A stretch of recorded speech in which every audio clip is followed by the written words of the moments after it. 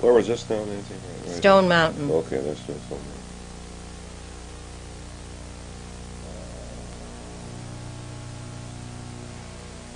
Oh no, now we're Yeah, we shifted scenes. right.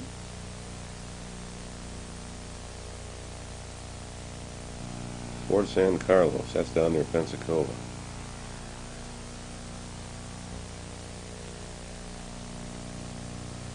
Okay, then this was our later trip that we all were together, and we're making a big circle tour up to Chicago. We went out to Pensacola, on to New Orleans, and then we started working our way up north to Chicago. There's Fort Branch.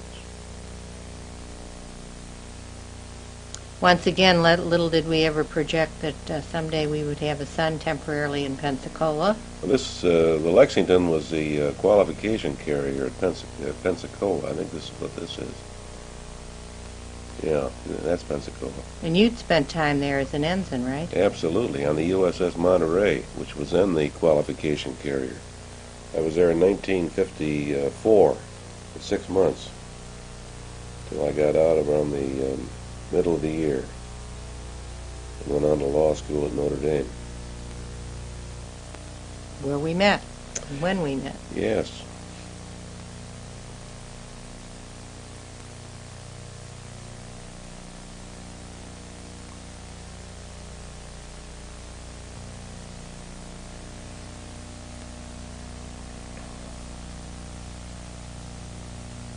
Oh, one of the joys of automobile travel, a flat tire along the way.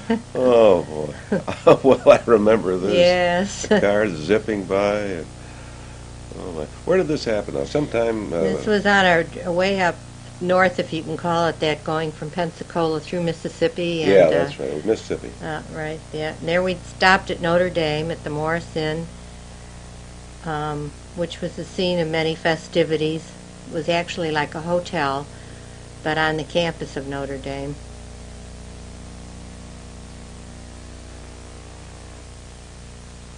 Golden Dome. Right?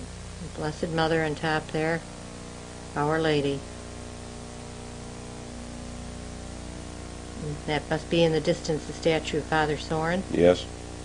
the founder of Notre Dame. Here's the law school. Where you slaved many hours. Yeah. Had our library and our classrooms in there. There's the stadium. The football stadium and the mall. I think that's Rockney Memorial in the background down there.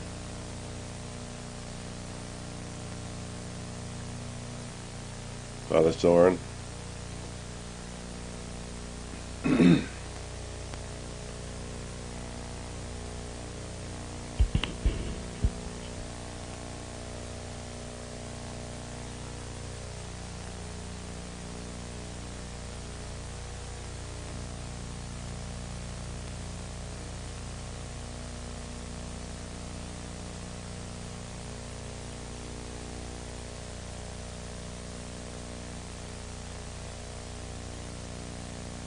Must be Charlie taking those pictures. Well, now we're in Maryland at, On the way home. no, we're headed actually to Ellie and Dave's. We're going to stay Oh, there. And this is Antietam, I believe? Is Yes, that Antietam. the battlefield. We had already been to the Chicago area, and now we were heading back down to Florida, but on a different route to stay at the Clems.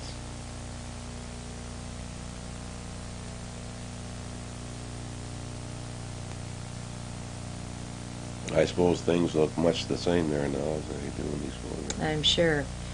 We are now, as you can see, in Washington, D.C., basing ourselves at the Clems House in McLean, Virginia. Once again, little imagining that someday we would be living also in the suburbs of Washington, the Jefferson Memorial, of course, and the grounds of the Washington Monument.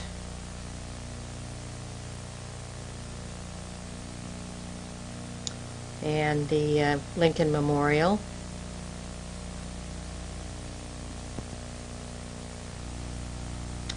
shot. right outside the Capitol, where many years later Charlie, now a priest, would be teaching a Bible class. He says it's within like 16 feet of where we were standing on that balcony where the classroom is that he uses. Isn't that amazing? Really. Smithsonian off to the left.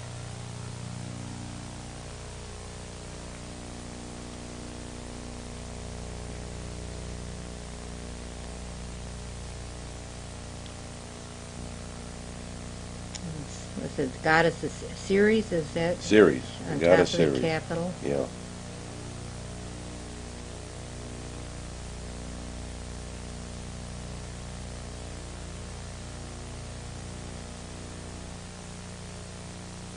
Old George. Yeah, good shot of George. Charlie, of course. Good shots of the kids. Of course, they're always beautiful flowers on the grounds. And here we are, out at the Navy Academy. Is it your Uncle George and your what, My grandfather graduated in the we didn't graduate, actually. He was in the class of 84, and he had to leave because there was no more money in the Navy to take people on active duty. So he got out after 2 years. Then his son, my Uncle George Fitzgerald,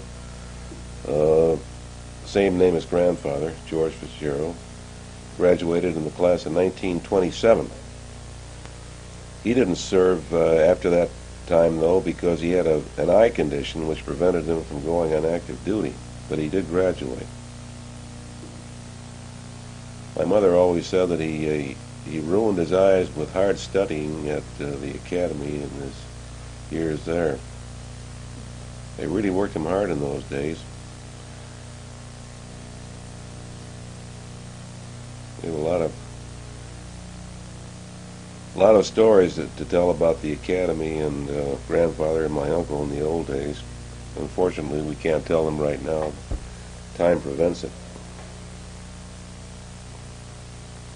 But my grandfather did know many of the top men in the Navy who ran the Navy during the 30s, 40s, and 50s.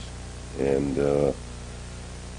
back in the early days of this century, of course, he knew some of the men who made the Navy what it is today were his classmates. Among them, General Lejeune, for whom Camp Lejeune, North Carolina, is named. He was a classmate of grandfather's. who opted for the Marine Corps.